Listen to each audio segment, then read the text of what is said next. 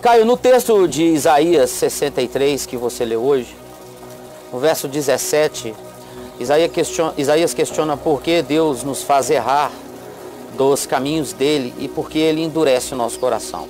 Isaías não estaria se lamentando com a velha máxima do porquê Deus permitiu de que você tanto enfatiza negativamente? Eu hoje mesmo na leitura, não sei se você notou, se vocês notaram. Sim, Caio. Eu li ambivalentemente, porque esse é o tipo da ocorrência ambivalente na Escritura. Tá. Então eu pratiquei a ambivalência da minha consciência teológica do texto todo. Não de Isaías, do texto bíblico inteiro e do espírito bíblico todo. Em relação ao que, sinceramente, eu me sinto absolutamente seguro. Mais seguro pisando no chão da Bíblia do que pisando no chão do estúdio aqui. Sinceramente, a segurança que eu tenho é enorme. É praticamente total.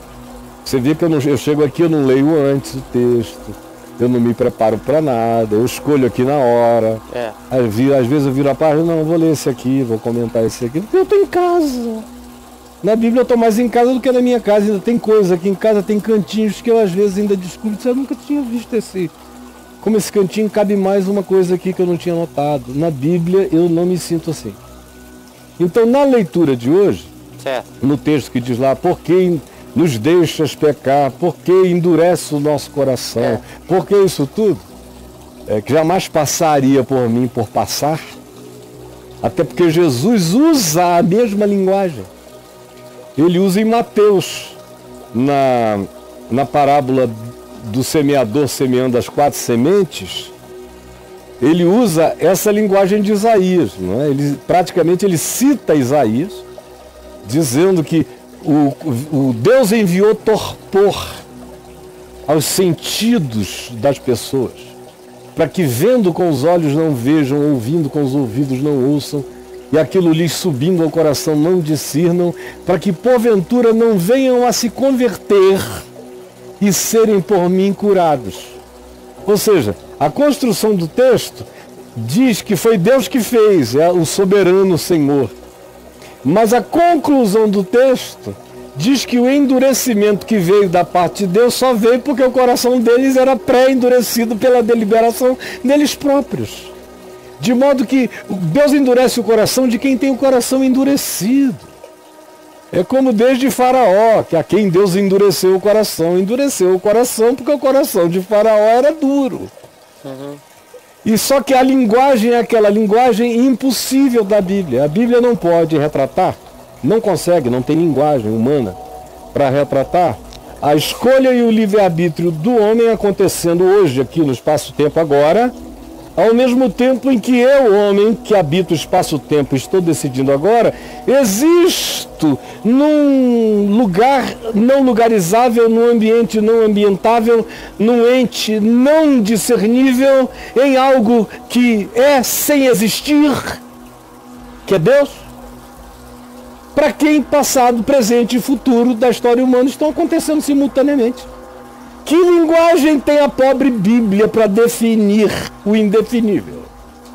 É por isso que a própria Bíblia para linguisticamente, ela para. Quando diz, ó, a profundidade da riqueza do conhecimento, quem é que entendeu, quem é que discerniu, quem deu a ele, quem isso, quem aquilo. Porque tudo que a Bíblia consegue, na melhor perspectiva, é criar antropomorfismos. É atribuir sentimentos e formas humanas a sentimentos supostamente divinos. Nós humanos não sabemos nem o que é um sentimento divino. Nós não sabemos nem o que é a pessoa divina. A gente não sabe ainda nem como é a nossa pessoa humana. Eu vou saber como é a eterna. Então a Bíblia está carregada dessas ambivalências, onde a responsabilidade, você lê no contexto, é toda do povo. Mas a oração de Isaías, ali é a oração de Isaías. O texto começa dizendo, última oração do profeta Isaías.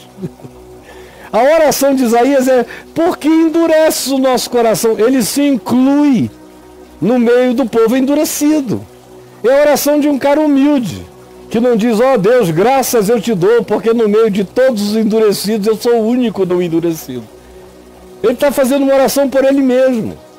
Ele está sabendo que se não fosse a graça de Deus, não haveria ninguém com nenhum coração que não fosse endurecido, porque o nosso coração é naturalmente endurecido, arrogante, soberbo, vaidoso, empedernido, enlouquecido, pois não há nenhum justo, nenhum sequer, não há quem entenda, não há quem busque a Deus. É o que está dito. Vós que sois maus, de vez em quando sabeis até vós, dar boas dádivas aos vossos filhos, disse Jesus. Então, ali o que você tem é a oração de um profeta quebrantado e humilde, dizendo, por que tu nos deixas assim?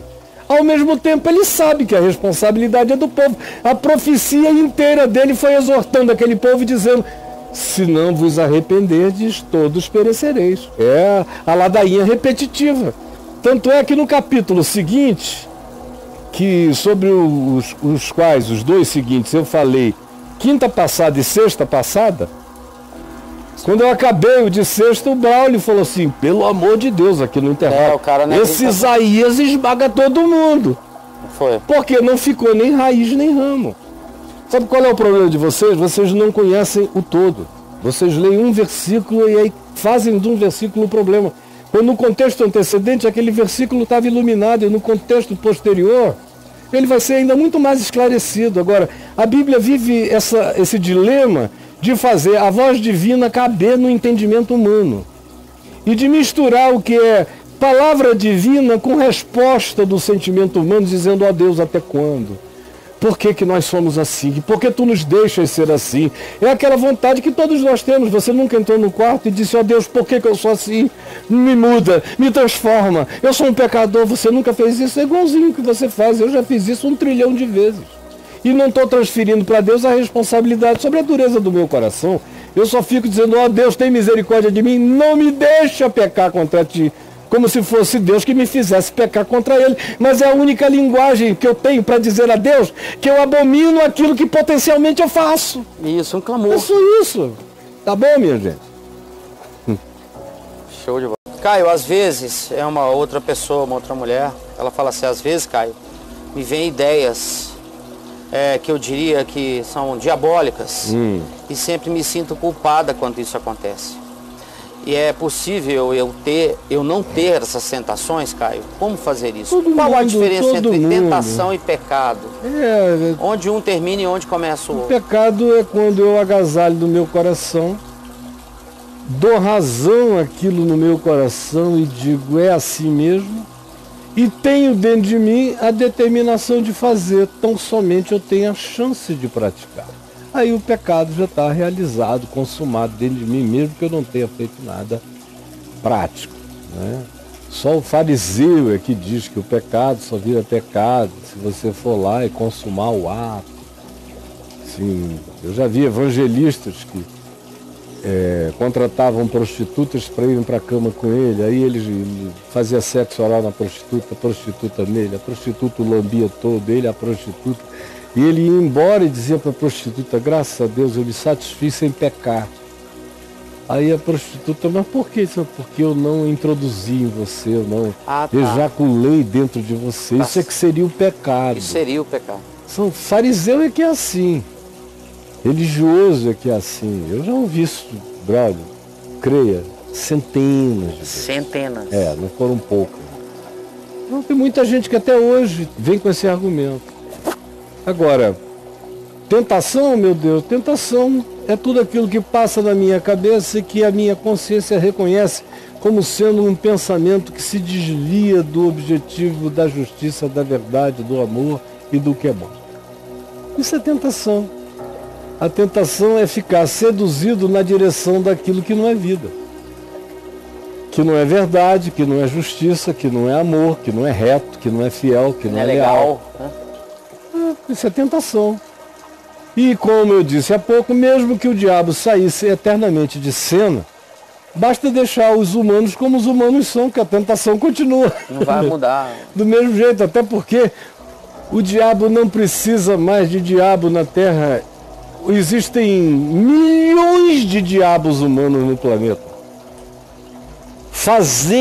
Incorporando Satanás o dia inteiro, fazendo políticas públicas, escrevendo leis, governando países, decidindo os destinos humanos. Milhões de diabos nas suas próprias instâncias. E você vem falar de Satanás?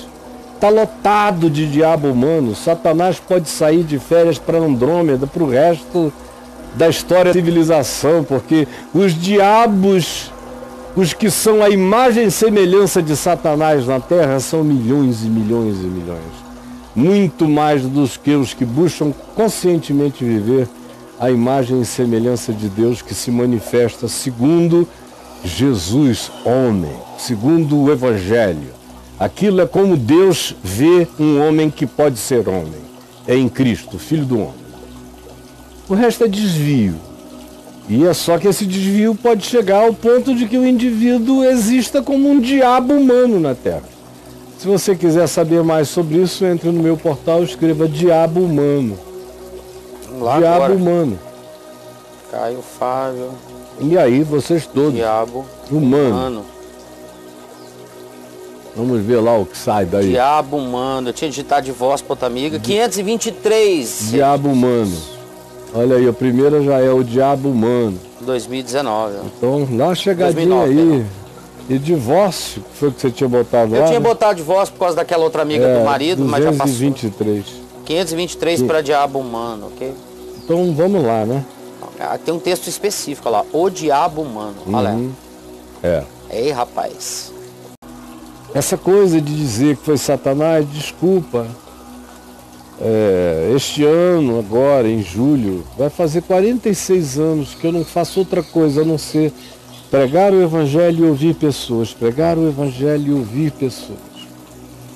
E eu sei, minha querida, que Satanás existe. Mas o Satanás que existe não é desculpa para os devaneios, os desequilíbrios ou para os encobrimentos que os crentes fazem, não querendo se enxergar. Então os crentes pioram Satanás enormemente.